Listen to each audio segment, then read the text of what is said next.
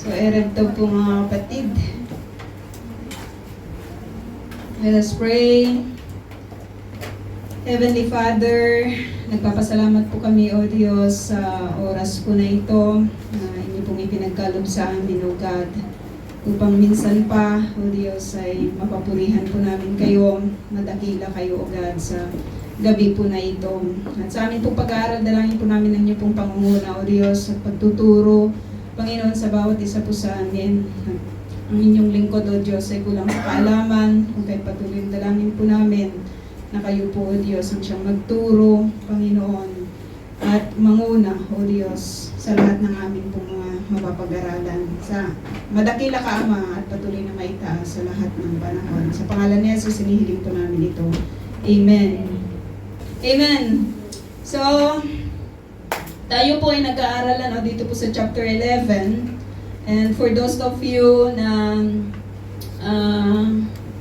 bagong dating, we are now in chapter 11 of this book, and we will continue to study all the works, lahat ng ginawa, lahat ng mga pangangaral ng ating pong Panginoong Jesus. So in every aspect ng ating pong buhay, it's okay? In every aspect ng ating pong mga buhay, mga kapatid, ay merong problema, na-encounter po natin when we heard yung preaching ni Sister May Grace dito po sa first verses from verse 1 up to chapter 6 ng chapter 11, na alam natin, di ba, na yung pinaka heart ng Bible ay kabisado ng lahat sa atin, yung John 3:16. For God so loved the world that He gave His only begotten Son, that whosoever believeth in Him will not perish but have an everlasting life. So napakaganda po ng message ng Lord. Napakaganda po ng kanyang plano. Kaya nga sinabi niya sa Jeremiah 29:11, "For I know the plans I have for you, plans to prosper you and not to harm you, plans to give you hope and a future." So Jeremiah 29:11, the plans of the Lord ay para po sa ikabubuti ng bawat isa po sa atin. At makikita natin from cover to cover of the scriptures, lagi pong ang pag-ibig ng Diyos, ang kanya pong idinideclare, ang kanyang ipinapakita sa mga generations ng nakaraan, sa mga generations sa kasalukuyan, at sa mga generations sa hinaharap. Lagi pong ang pag-ibig ng Diyos. Kaya mahal ka ng Diyos. Mahal tayo ng Diyos. Ano man yung sitwasyon mo, ano man yung kalagayan mo, ano man yung ginawa mo sa nakaraan, sa kasalukuyan, ibig iparating ng Diyos sa bawat isa po sa atin that His love, that His love is for everyone. Sabihin mo nga po sa iyong katabi, mahal ka ng Diyos. And we are not being judgmental, Hindi tayo critical, hindi tayo judgmental. Sa iglesia supposed to be ang response ng bawat isa po sa atin bilang mananampalataya ng Diyos ay hindi tayo judgmental. Sino sa inyo yung naglalaro ng babala? Babala, wala nang nakakaalam na, Babala, wag ganon. Huwag tayong maging judgmental. Sapagkat ang lahat po sa atin ay nagsisikap na makasunod sa pamantayan ng Diyos. Romans 3:23, wala kahit ni isang matuwid. Kahit ako, kahit kayo, hindi tayo matuwid sa harapan ng Diyos. Lamang ang katuwiran natin ay sa Panginoong Jesus. Si Jesus po yung ating pong katuwiran. So sa bawat ministry ng ating Panginoon, as we started from chapter 1 until here now, dito po sa chapter 11, binibigkas po niya yung pamamaraan ng kanyang pag-ibig. No? Paano nyo ine-express yung inyong pag-ibig? Paano nyo ipinapakita yung inyong pag-ibig? So sa Panginoong Jesus, pinapakita po niya ito sa pamamagitan ng kanyang righteousness, sa pamamagitan ng kanyang justice, sa pamamagitan ng pagtuturo niya sa lahat ng kanyang mga tinuturuan sa kapanahunan na yon at maging sa atin sa kapanahunan na ito. Lamang may problema, no, doon po sa circle ng mga taong nakikinig po sa Panginoong Jesus, just like yung ating pong napag-aralan sa buhay po ni Juan Bautista.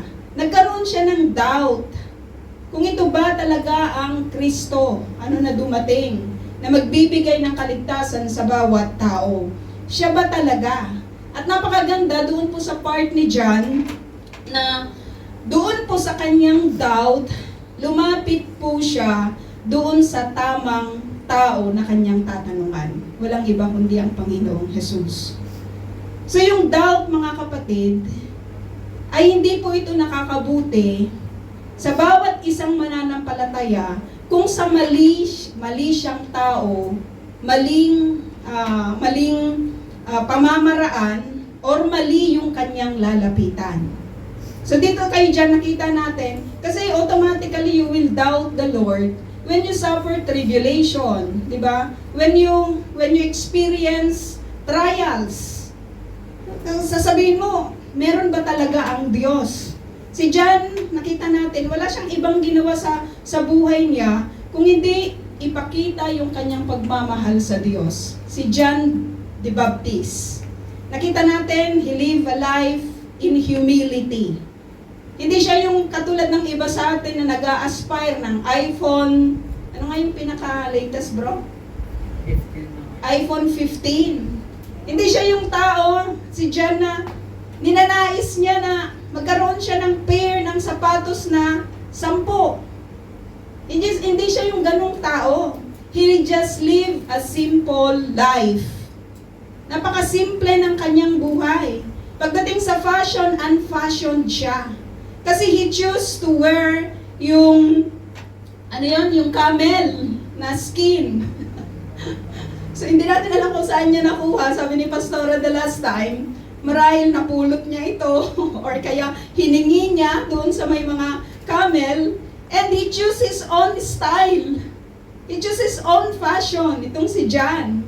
He even maybe, sabi ni Pastora, he even make his own or made his own apparel. No? Maybe, hindi natin alam, but he chose to be that kind of person with humbleness. He chose a life, di ba, na hindi siya marangya, he secluded himself, hindi siya nakipag-participate sa trabaho ng mundo, at mas pinili po niya na kahit doon po sa mga food na kanya pong ini-intake, he chose the simplest thing, yung available doon sa desert, which is honey and yung pagkain niya? Pulot, pukyutan, locust. Sino sa inyo ang nakatikim na ng locust? Dudon. Grasshopper. Diba? Nakita ko sa Facebook, talagang grabe yung kain ng isang babae, hindi ko pa naman na-experience yun, Pero pwede yung kainin. Diba? As according to the scripture, you tasted already, Sister Mila Green? Locust? No one gave me. No one gave you, I will give you. I will give you. So he just this kind of life, Hindi siya marangya. Diba? Hindi siya nakipag-participate sa trabaho po ng mundo, sa kinakain ng mundo, sa pleasure ng mundo. Kung kaya nakaka-amaze lang na sinabi po ng Panginoong Jesus, siya po yung pinaka-dakila. Diba? Sa lahat. Mas dakila pa siya kay Moses, mas dakila pa siya kay Abraham, mas dakila pa siya kay David. Sa lahat, ng mga propeta, maging kina Amos, maging kina Prophet Nathan, sino pa yung mga prophet? Prophet Isaiah, mas dakila pa siya. Ano yung natutunan natin doon po sa buhay ni John? Pinili po niya kasi at inuna yung gawain na ibinigay sa kanya ng Panginoon. So knowing that, mga kapatid, meron tayong napag-aralan na doubt na problema sa message ng Panginoon. Are you also doubting? Nagda-doubt po ba kayo sa mensahe ng Panginoon regarding your salvation, regarding yung inyong stand as Christian? Diba? Kung iisipin natin, pwede ba tayong mag-isip na kung ako'y biglang mamatay? Alam nyo, iniisip ko yun eh. Every time I lay down doon po sa aking bed. Kasi may mga namamatay na hindi na nagigising. Diba? Napakagandang kamatayan yun kaysa naghirap ka, tinusok-tusok ka, inope-opera ka, diba? Mas maganda yung, yung natulog ka lang, you slept and you die. Diba? Pag good morning ka na, sa Panginoon. Have you ever, napag-isipan na po ba ninyo yun, no? May mga ganong instances at klase po ng kamatayan, Pero dito, makikita natin mga kapatid, nire-review ko lang po kayo. Doon sa unang problema sa message ng God regarding doon po sa doubt, merong solusyon ng Panginoon. If you are doubting, you go to the right person. You ask the right person. You go directly to God. At very available sa atin all the answers because every questions are already has an answers to the scriptures. Nandito na lahat. Ano man yung question mo? Kahit questionin mo man, sino ba yung dapat kong mapangasawa? May solusyon ang Bible, di ba? Tinuturuan ka. At kapag grabe naman yung ginagawa sa'yo ng kaaway mo, tanungin mo ang scripture, anong sasabihin niya sa'yo. Tanungin mo anong gagawin ko sa kaaway ko at tuturuan ka niya kung ano yung iyong gagawin. Anong gagawin ko kapag unbeliever yung asawa ko? Tuturuan ka niya kung ano yung iyong gagawin. Everything, every questions, meron pong solutions at merong answer ang Bible. At dito po sa verse 16 until dito po sa verse 19, nakita rin po natin gusto ko lang yon, basahin, sabi niya, saan ko ihahambing ang mga tao sa panahong ito? Sabi niya, ang katulad nila'y batang nakaupo sa lansangan at sumisigaw sa kanilang mga kalaro. Tinutugtugan namin kayo ng plauta, ngunit ayaw ninyong sumayaw. Umawit kami ng awit na pagluluksa, ngunit ayaw ninyong tumangis. Ngunit ayaw ninyong tumangis. So, ito na yung problema sa kapanahunan pa ng ating Panginoong Jesus. Ano po yung binabanggit niya dito, mga kapatid? Sabi niya, di ba, ewan ko kapag, di ba nagdaan naman tayo sa lahat sa bata? Naging bata naman tayo lahat, di ba? Naalala pa ba ninyo yung mga laro ninyo nung kayo ay mga bata pa? Di ba yung yung sasayaw-sayaw, tapos magaganon-ganon? Anong laro yun? Sasara ang bulaklak, dadaan ang reyna. Ano yan? Di ba? Makikita mo na yung lahat ng mga batang present doon po sa lugar na yon, sasama yon doon sa laro ninyo. Pero naalala ninyo ba na may mga instances na kahit anong pilit mo doon sa isang bata, ayaw niyang sumama? May mga ganon, no? Pinilit mo na lahat, pero ayaw niyang sumama. Ang masakit dito, ayaw na nga niyang sumama, nanood siya sa'yo kung ano-ano pa yung kanyang sinabi at ikino-comment doon sa yung ginagawa. Diba? Yung parang pinipintasan ka, yung parang binubuli ka. Na-experience niyo na yung ganon? Diba? Naalala ko nung bata ako, mga kapatid, lahat ng bata umakyat sa sampalok. Kasi merong, anong tawag doon? Yung bagging. Inakyat-akyat nila. Trinay ko din umakyat. Nakarating din ako dun sa taas ng sampalok. Pagdating ko doon sa taas ng sampalok, bumaba silang lahat. Tapos tinanggal yung baging. Inilayo doon sa may puno. So ang iyak ko lang talaga noon, tapos binubuli nila ako na hindi daw ako makababa. Di ba yung mga ganon? Tapos nagtagal ako, iyak ako ng iyak, hindi nila ako gustong ibaba. So nung may nakakitang mga mga, alam mo yun, yung mga matatanda, talaga lang pinagsusuntok ko lang talaga ng mga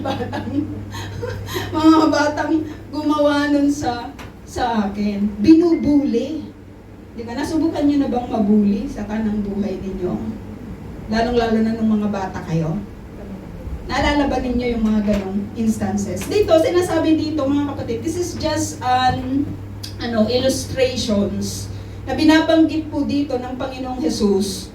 Ginawa ko na lahat Ginawa ko na lahat upang kayo'y tumanggap, upang tanggapin ninyo yung message ko. Sabi niya ganon, tumugtog ako ng flauta, ayaw ninyong pakinggan. Diba? Sabi niya ganon, umawit kami ng awit ng pagluluksa, ngunit ayaw ninyong tumangis. May mga ganon talaga, na critical na tao, ayaw nilang, kahit anong gawin mo sa kanila, ayaw kanila. At kahit anong sabihin mo, ayaw nila ng message na galing sa'yo. Ayaw nila ng ipinapangaral mo, ayaw kanilang makita, ayaw kanilang tanggapin. Kasi sabi dito, makikita natin dito po sa verse 19, ang sabi dito ng verse 18, sapagkat nakita nila si Juan na nag-aayuno at di umiinom ng alak, at ang sabi nila, sinasaniban ng demonyo ang taong iyan. Gusto nila yung secluded na buhay. I-represent ito ni John the Baptist. Sinabi ko po kanina, he lived a life with humbleness, diba? He secluded himself doon po sa wilderness without any comfort from the world. Hindi niya yun pinili. Pero anong sinabi po ng mga Hudyo? Hudyo mismo, yung mga taong ayaw tumanggap sa message ng Panginoon. Sinabi nila, sinasaniban niya ng demonyo. Hindi nila tinanggap ang message ni John the Baptist. Dumating ang Panginoong Jesus, hindi siya, sabi dito, kumakain siya, umiinom,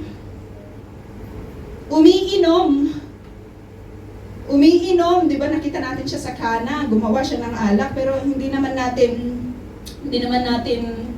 kasi in-specify dito kung ano yung kanyang iniinom. Di ba? Sabi dito, at ang sabi naman nila, tignan ninyo ang taong ito, Batakaw, lasenggo, yun, alak. Lasenggo, at kaibigan ng mga maniningil ng buwis at makasalanan. Gayunman, ang karunungan ng Diyos ay napapatunayang tama sa pamamagitan ng mga gawa nito. So magkaiba po yung presentation nitong si John the Baptist at yung presentation nitong si Jesus.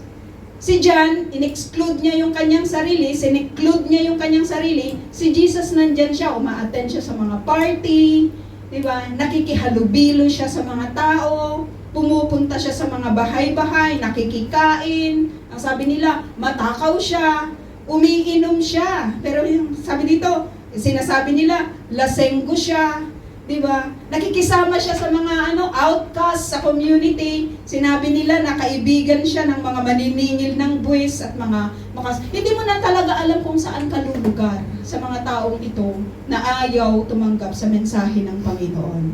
For God so loved the world that He gave His only begotten Son, that whosoever believe, that is the message Ito yung kanyang mensahe, pero ayaw nilang tanggapin. At magpasa hanggang ngayon, this is still the message of Christianity, pero ayaw pa rin nilang tanggapin. Marami pa rin yung ayaw tumanggap sa message ng Panginoon. Are you critical, mga kapatid? Diba? Kabilang po ba kayo doon po sa critical na tao? Na wala na kayong nakitang mabuti. Wala na kayong nakitang maganda sa iglesia na ito. Wala na kayong makita kahit sa message, kahit sa bago naman yung salita, o kahit doon sa na sinasabi, nakakaantok, and whatsoever pa ng mga reasons ng ayaw tumanggap sa mensahe ng Panginoon. So this was the problem of the people na naka-state po dito sa verses 16 until dito sa verse 19. So sabi dito, so makikita natin mga kapatid, na sinabi dito, pagkatapos sinumbatan ni Jesus ang mga bayang nakasaksi sa maraming himalang ginawa niya roon, sapagkat hindi sila nagsisi, tumalikod sa kanilang mga kasalanan. Sinabi niya, kawawa kayo mga taga-Corazin, kawawa kayo mga taga-Bethsaida, sapagkat kung sa Tiro at Sidon ginawa ang mga himalang ginawa sa inyo, matagal na sanang nagdamit ng sakot na upo-sabo ang mga taga roon bilang tanda ng kanilang pagsisisi. Ngunit sinasabi ko sa inyo, sa araw ng paghuhukom ay mas kahahabagan pa ang mga taga-Tiro at taga-Sidon kaysa sa inyo. At kayong mga taga-Capernaum, nais pala ninyong itaas ang inyong sarili hanggang langit, ibabagsak kayo hanggang sa daigdig ng mga patay, sapagkat kung sa Sodoma ginawa ang mga himalang ginawa sa inyo, sana'y nanatili pa ang bayang iyon magpahanggang ngayon. So sinasabi po dito mga kapatid, ito yung mga bayang ayaw magsisi. Itong Corazin, sino sa inyo nakapunta na sa Corazin? Yung mga ruins ng Corazin. Na Bethsaida, dyan sa parte ng, dyan sa parte ng north yan. Dyan sa parte ng north at maging itong Capernaum. Yung last na trip natin sa Capernaum po yun, no? Nakita po natin yung mga lugar na ito. Bakit sinusumbatan ng Panginoong Jesus ang mga lugar na ito? Yung Corazin, yung Bethsaida, at maging itong Capernaum. Binanggit niya kanina, ayaw nilang magsisi. They heard the message, pero ayaw nilang magsisi sa kanilang mga kasalanan. Mas minahal nila yung kanilang kasalanan kaysa doon sa pagtanggap, doon po sa offer ng forgiveness ng ating pong Panginoon. No? Wala silang ginawa. Kung wala silang ginawa, nandyan ang Panginoong Jesus, nakikita nila, nagtuturo ang Panginoong Jesus, nangangaral ang Panginoong Jesus, nakakasama nila ang Panginoong Jesus, nagpe-perform ng mga miracles ang Panginoong Jesus, lagi niyang itinuturo ang tungkol sa kingdom ng God, pero itong mga taong ito, ayaw nilang magsisi sa kanilang mga kasalanan. That is their failure, no? That is their fault na ayaw nilang tanggapin yung mensahe ng Panginoon ng forgiveness. Ito namang Capernaum, ito yung place ni Peter, di ba? May sinasabi doon na nandun yung kanyang bahay, na natili ang Panginoong Jesus doon, tumira ang Panginoong Jesus doon, nag-perform din siya ng mga miracles sa lugar na yon. At maging yung kanyang biyanan, nitong si Peter ay kanya pong pinagaling. No? So isa rin po siya sa mga bayang ayaw magsisi sapagkat nakita nila Ewan ko lang sa inyo kapag kunyari may kapangyarihan ako dito, tapos merong dumating na napagaling ko. Diba? Kunyari ako si Jesus tapos napagaling ko, nakita ninyong lahat. Diba? Nakita ninyo yung lahat ng pagpe-perform ko, nakita ninyo yung lahat ng mga ginawa ko kahit doon sa mga waves, diba? Doon sa mga hangin, nagkaroon ng bagyo, pinatigil niya. Nakita ito ng mga taong ito Pero hindi sila naniwala sa Panginoong Jesus. No? Wala silang ginawa. Naging indifferent sila. Ito yung lagi ko pong sinasabi na isang napakalaking kasalanan, yung doubt, diba, yung pagiging critical, yung pagiging full of criticisms. Tapos ito naman, yung pagiging indifference. Yung wala ka lang gagawin. Diba, naririnig mo, okay lang sa'yo. Nakikita mo, okay lang sa'yo yung lahat ng bagay. Wala kang ibang gagawin. Wala ka nang ginawa. May mga kasalanan na dahil ginawa mo yung bagay na ito, may mga kasalanan din na dahil hindi mo ginawa.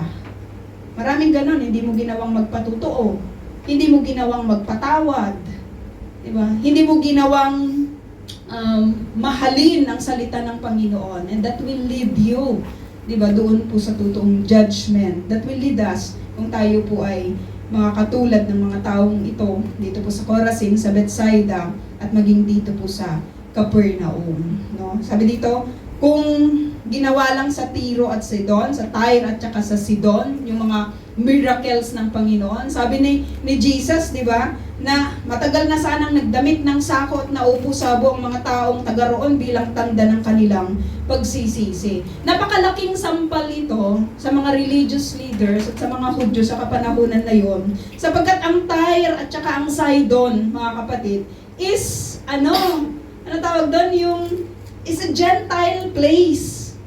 Wala silang ang wino-worship nila is mga pagan gods. Hindi sila nag-worship sa totoong Diyos. Mga makasalanan yung mga taong ito na nasa Tyre and Sidon. Even sa Old Testament, kino-convict na yan, di ba, ng Diyos dahil po sa kanilang mga kasalanan. Pero magbasa hanggang ngayon, ang mga places na ito ay present pa rin hanggang ngayon. Unlike doon sa mga other places na nagkawalaan na sa listahan ng makabagong lugar dito po sa mundo. Pero ang Tyre at saka ang Sidon, nandito pa rin sila. Nandito pa rin. Saan po 'yun? Sa present time. Ang Tyre and Sidon, saan makikita 'yon, Sister Emily? Ang ganda ng tingin mo, Brother Bernie. Tyre at saka Sidon, no? Saan makikita? Sa Lebanon. Sa Turkey yung alam mo. Nandyan pa rin sila. Bakit hindi sila nawala? Grabe pala yung mga kasalanan nila kahit sa Old Testament, di ba? Matindi na yung mga kasalanan na ginagawa ng mga taong ito. Alam niyo kung bakit magpasa hanggang ngayon ay present pa rin sila sa kapanahunan na ito? Because according to the scripture, si Jesus binisit niya yung mga places na yan. At marami po ang mga nakakilala sa Panginoon at tumanggap sa kanyang message sa kapanahunan ito na yon. Actually, nagkaroon dyan ng mga churches. At magpasa hanggang ngayon, may mga churches po sa mga lugar po na yan, no, na kumikilala po sa Panginoong Jesus. Ang Capernaum nagkawalaan. Ang Bethsaida nagkawalaan. Sapagkat nakita nila ang mga miracles and wonders ng Panginoon, pero hindi sila naniwala, at the same time, hindi sila gumawa. So malaking impact ang message nito sa atin, mga kapatid. Na kapag hindi tayo nag-respond doon po sa message ng Lord, mawawala tayo sa listahan ng aklat ng buhay. And that is the reality. Pero nakakapangilabot man yung mga unang mga nabanggit sa chapter 11. Nagpakita naman siya dito po sa verse 25 ng remedy kung paano po tayo makalapit sa Panginoon. 25, sabi dito, actually ang Sodom pala, sabi dito, di ba na, sabi dito, sapagkat kung sa Sodoma ginawa ang mga himalang ginawa sa inyo, ang himalang ginawa sa inyo, sana'y nanatili pa ang bayang iyon magpahanggang ngayon. Ang Sodom. Actually, yung Sodom and Gomorrah is two places. Isang Sodom at saka isang Gomorrah. Pero sa Ilocano ang Gomorrah, di ba? Ang Gomorrah ay kagalit. Ang Gomorrah naman sa Hebrew, di ba? Ay sa Tagalog, Gora-Gora na, no? Pero sabi dito, di ba? Sa Sodom at saka sa Gomorrah, grabe ang kasalanan din dyan, mga kapatid ng mga tao. Saan ka nakakita ng mga tao na gustong rapin yung mga angels ng God? Grabe yung pakikipag-barter ni Abraham. Masave lang yung lugar na yan. Pero grabe talaga yung kasamaan na nila sa mga kapanahunan na iyon. Pero sabi ni Jesus, alam mo kung lahat ng mga miracles and wonders, sige Sister May Grace, yung mga miracles and wonders ng Panginoon, pinerform in front of those people sa Sodom and Gomorrah. Sabi ni Jesus, sana, sabi niya ganun, no? Sabi dito, himalasay, nananatili pa sana ang bayang iyon, magpahanggang ngayon. Hindi nila nakita yun eh. Napakapalad lang talaga ng mga tao dito po sa Bethsaida, Chorazin at Capernaum na nakita mismo nila ang Diyos. Nakita mismo nila si Jesus ang nag-perform ng lahat ng miracles. Alam nyo mga kapatid, sabi ni Jesus din, mas mapalad daw yung mga tao na nananampalataya at naniniwala kahit hindi nila nakita. So tayo yun ngayon. Tayo ngayon yung pinepertain ng message na yun. Kasi hindi natin nakita eh. Pero nababasa natin. Hindi tayo present during those times. Pero nandito sa scripture, pinag-aaralan natin. And we decided to be a part of the church.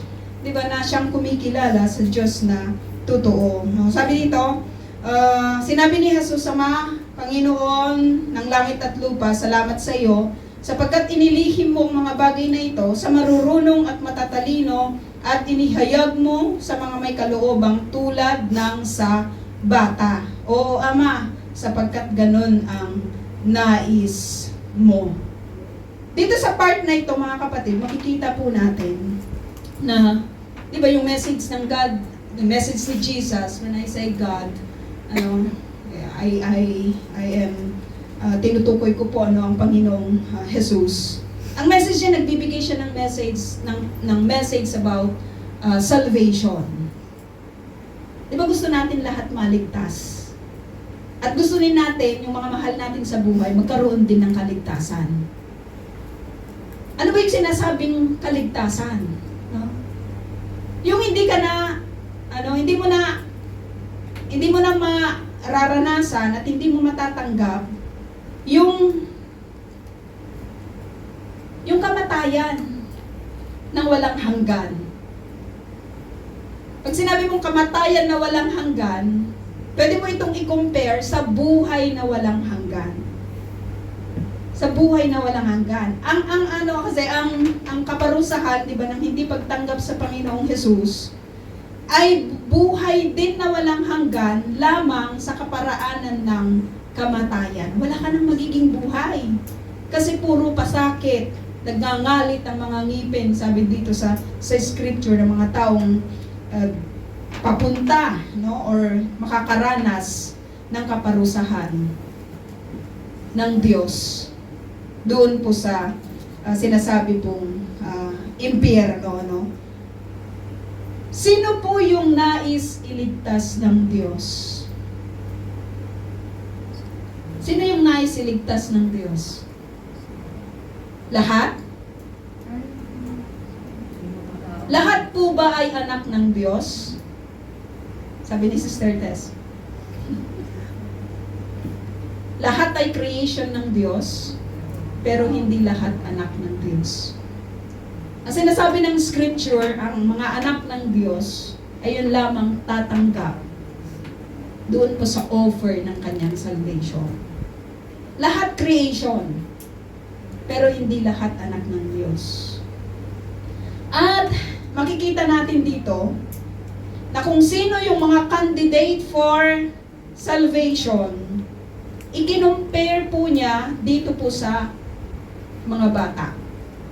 Sabi dito, di ba, na inikayag mo na sa may mga kaloobang tulad ng bata. Yung bata ay hindi siya independent. Alam natin, di ba? Yung bata ay laging dependent sa'yo. Sa kanyang pagkain, sa kanyang inumin. Mga bata, di ba? Hindi nila kayang ipagtanggol yung kanilang mga sarili. Hindi nila kayang maghanap buhay. Pero habang nagkakaedad na yung kapag nasa 13 na siya, medyo malakas na yon. Malakas na siya, Pwede na siyang magtrabaho. Pero dito, tulad ng kalooban, sabi dito, ng isang bata. Yun pala yung mga candidate for salvation, to receive salvation from the Lord. Meron kang dependency from God. So kapag hindi pala nagdi-depend ang isang tao sa Panginoong Jesus at nananangan siya sa kanyang sarili, automatically, yung message ng salvation at yung offer ng salvation ng God, hindi para sa kanya. So tanungin mo nga yung iyong katabi, kapatid, dependent ka ba sa Diyos? Dependent ka ba? And congratulations kapag dependent ka sa Panginoon. Ang sinasabing dependent sa Lord, mga kapatid, nakarely lang siya sa Lord. Mahirapan ang trabaho mo, dependent ka pa rin sa God. Wala ka man, uncertain man yung iyong future, dependent ka pa rin sa Lord. Wala kang reliever, nag-depend ka sa God, di ba? Binigyan ka ng reliever, nagkagulo-gulo nga eh, pero binigyan ka ng reliever. May sakit ka, pero dahil dependent ka sa God, no? Ni-trust mo lang talaga yung lahat kasi wala nang magagawa yung sensya and whatsoever. Dependent ka sa Panginoon. You are hindi lang candidate, kundi sabi dito, sila yung mga pinagkalooban ng karunungan at inihayag ng Diyos ang kanyang kalooban. Inihayag lang ng Diyos ang kanyang kalooban sa mga taong dependent sa Kanya. Kaya kung hindi ka dependent sa Lord, hindi niya ibibigay sa iyo yung kanyang karunungan. Alam mo kung ano yung ma-acquire mo? Karunungan ng mundo. Karunungan ng tao. 'Di ba? Na walang relasyon sa Panginoon. Oo, Ama, sapagkat ganun na. Ito pala yung nais ng Lord, yung maging dependent ang kahit na sino man sa Panginoon. Kaya masarap itong isipin, mga kapatid, lalo na kapag niloko tayo. Di ba? Kapag dumadaan tayo, lagi natin sinasabi, bahala na si Lord sa kanila. Di ba? Pero yung pagsasabi mo ng bahala na si Lord sa kanila, dapat totoo yan sa puso mo, totoo sa isip mo. Sapagkat kung talagang ipinagkatiwala natin sa Diyos ang lahat, alam natin, di ba, na ito po yung kanyang nais at siya po yung bahala sa lahat. Sabi ni 27, ano pa yung isang makikita natin na karakter ng isang bata? Hindi lang yung basta dependent siya sa Diyos, pero napaka-humble niya, di ba? Saan ka nakakita ng isang bata na, sasabihin niya sa kanya, kaya mo ng, yung mga 1-year-old, mga ganun, mga 2-year-old, kaya mo na sarili ko. Diba? Wala. Napaka-humble po ng mga bata, na kapag pinagagalitan mo, lalong-lalo na doon po sa mga may anak, you will know, di ba na, yung bata, madali lang siyang, kausapin, di ba? Pag nagtatantrums, madali siyang, alam mo kung ano yung iyong gagawin. Napaka-humble po ng bata. Walang nagmamagaling at walang nagmamarunong, di ba, sa kanila. Di nila sinasabi, mali ka, hindi tama yan. Limited lang yung kanilang nalalaman. Actually, ang karamihan sa mga nalalaman ng mga bata pa lang ay kung ano yung nangyayari sa kanilang kapaligiran, sa kanilang tahanan. Maliban na lamang, mga kapatid, kung ang batang-bata pa lang, 1-year-old pa lang o kaya 2 years old, pinapanood mo na siya ng mga space, di ba, yung mga ganon, yung mga nangyayari sa kalawakan, di ba, grabe namang genius nun, no? Pero wala namang kadalasan ganon, no? Yung pinaka-normal na isang bata, makikitaan po natin siya ng humbleness, my humility. Sabi dito, ibinigay na sa akin ng aking ama ang lahat ng bagay, walang nakakakilala sa anak, kundi ang ama, at walang nakakakilala sa ama, kundi ang anak at ang mga pinili ng anak na pagpahayagan niya. So if you want to have that salvation from the Lord, fully revealed po siya through the life of Jesus Christ. You want to be saved? Go to Jesus. The author, perfecter, and finisher, sabi ng scripture, ng ating pong pananampalataya. Complete revelation ang ginawa ng Ama sa kung saan tayo lalapit. Kay Jesus lang. Wala siyang konduktor. Di ba? Wala siyang mediator. Nakatulad ng sinasabi po ng iba. Ang scripture napakaliwanag, that we go directly to Jesus Christ. Kapag may nagtuturo na kailangan yung may mediator, hindi po yun totoo. Di ba? Hindi yun totoo. Sapagkat ang nakasulat sa scripture, maging doon po sa pinaka-original, pagkakasulat ng mga binabasa po natin ngayon, walang mediator ang Panginoong Jesus. directly to Him. Kasi siya po yung ating Savior, no? Talagang kinumpleto ng Ama ang kanyang revelation sa pamamagitan ng anak. Kaya kung nakikilala mo ang anak, sabi niya, nakikilala mo din yung Ama. At napakapalad ng isang tao na pinili, di ba? Pinili ng anak na pinili ng Ama at ng anak na pagpahayagan ng kanyang sarili. Wala nang ibang organization o wala nang ibang klase ng samahan sa buong mundo na nagtuturo ng patungkol sa Diyos maliban sa iglesia. Kaya mahalin mo yung iglesia mo. Mahalin mo kung saan ka dinala ng Diyos. Kasi ito yung iyong magiging tahanan upang higit mong makilala ang Diyos. Maturuan ka ng patungkol sa Diyos. Kasi sa totoo lang mga kapatid, sa ayaw at sa gusto natin, palapit tayo ng palapit sa hukay. Masarap na i-secure po natin yung ating kinabukasan. Yung eternal life. Diba? Yung eternal place na pag-aalayan po natin ng ating buhay. 28, this is the call sa mga taong nandoon sa kapanahunan na yon at maging sa kapanahunan po natin ngayon. Sabi dito, verse 28, napakasarap na basahin. Come to me. Sino ang sasabi niyan? Si Jesus. All who are weary. Lahat kayo, sabi niya dito, na nahihirapan at lubhang nabibigatan sa inyong pasanin. Ano po ba yung inyong mga pinapasan? Heavy laden sa mga kapanahunan na ito. Marami kasi yung mga pinapasan ng tao eh. Pero pagdating sa salvation, mga kapatid, isa lang ang solusyon ng Diyos. We go directly to Jesus Christ. Wala nang heavy laden. Hindi mo na kailangan yung ginagawa ng iba from the door to the altar, nagninil sila. At kasugat-sugat yung kanilang mga tuhod. O kaya yung mga ginagawa naman ng iba, sinasaktan nila yung kanilang mga sarili, pinapako sa krus. Yung iba naman kandahirap na sa pananalangin sa mga bato-bato. 'Di ba na ilang ginaganon-ganon nila 'yon, no? Kung ilang panalangin ng paulit-ulit. Wala. Sabi ng Panginoon, mismong ang Panginoong Hesus ang nagsabi, you want salvation? Come to me. Diba?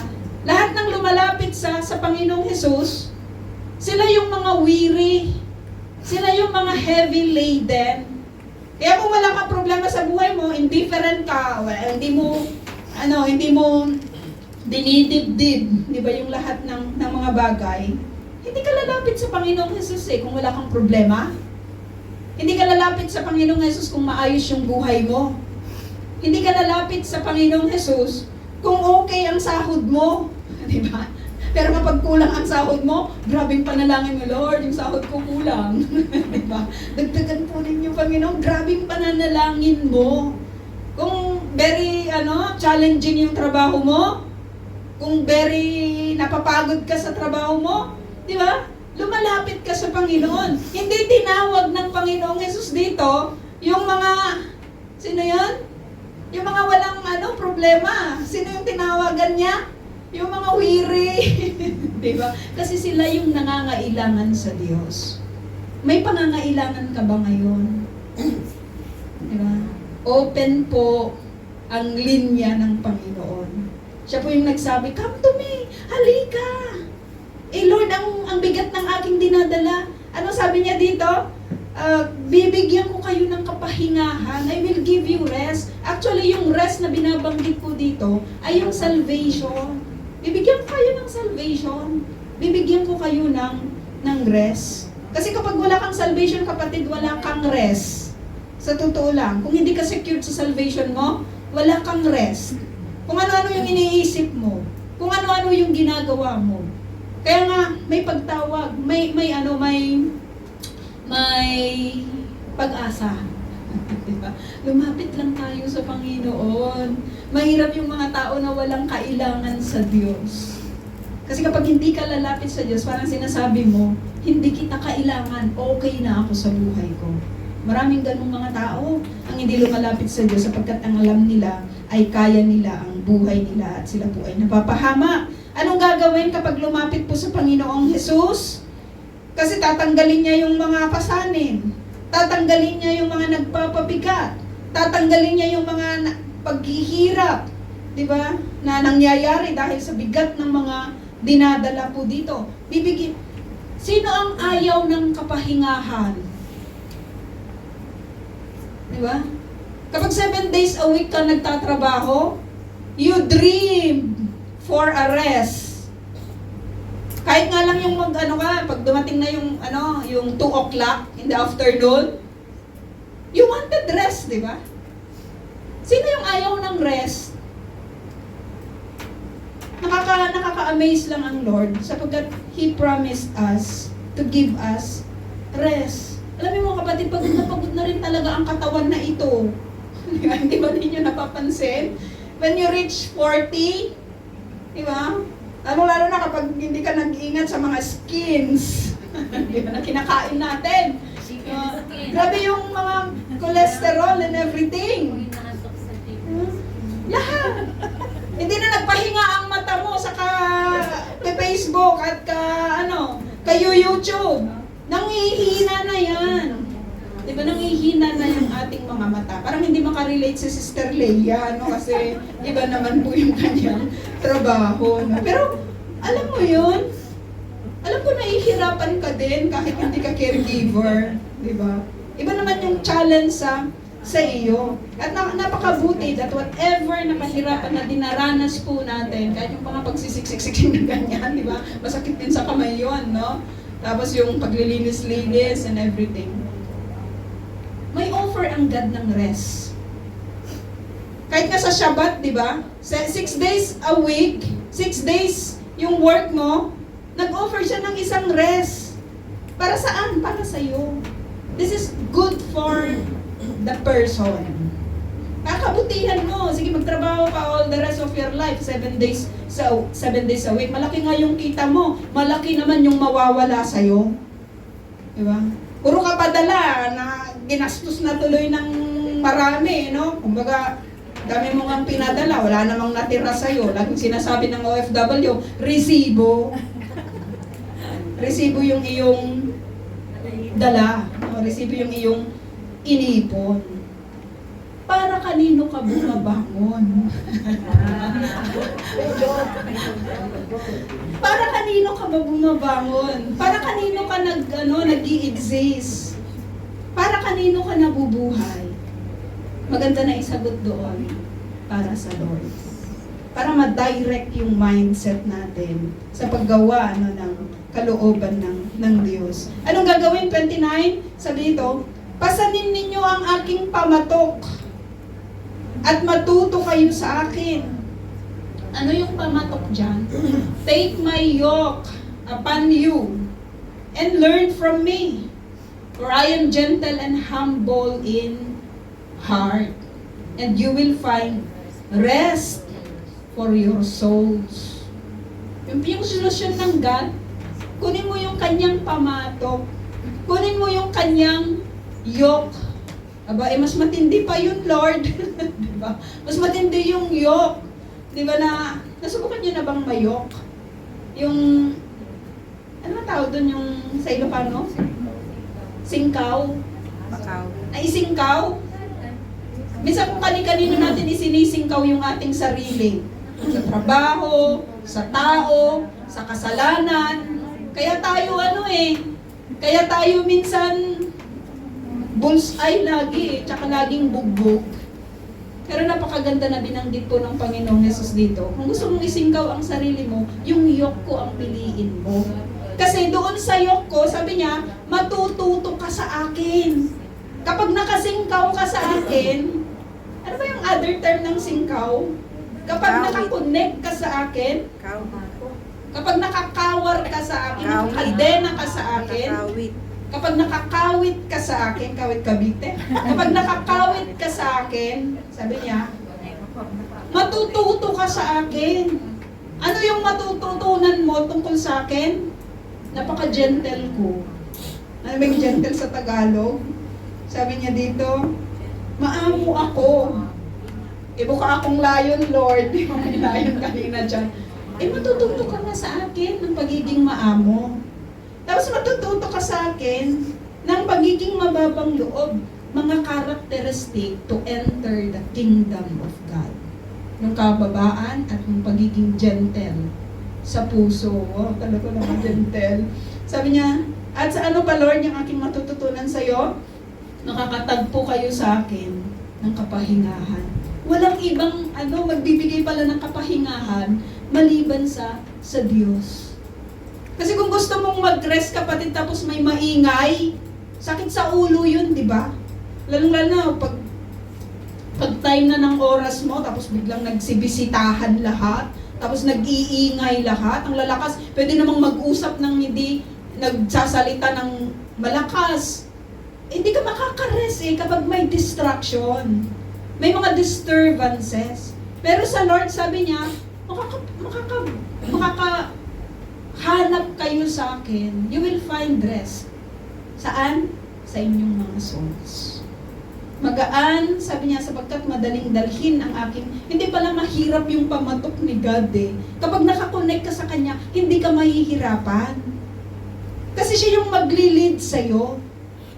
Siya yung siya yung magtuturo sa'yo.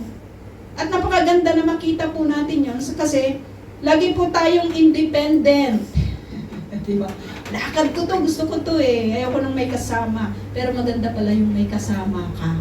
Lalong-lalo na kapag ang kasama mo ay ang Panginoon. Sabi niya, sapagkat madaling dalhin ang aking pamatok at magaan ang pasaning, ibibigay ko sa inyo.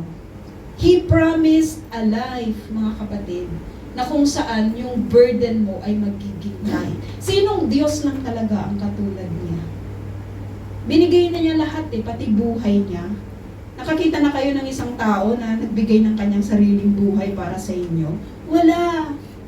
Kapag nagipit na yan, aalisan ka din yan. O kapag hindi ka na nagustuhan, iiwanan ka din yan. Maraming lumuluha nang dahil sa nabigo sila sa mga pangakong ibinigay sa kanila. Diba, Sister May Grace? Pero sa Lord, mga kapatid, sabi niya, He promised a life na yung burden mo ay magiging light.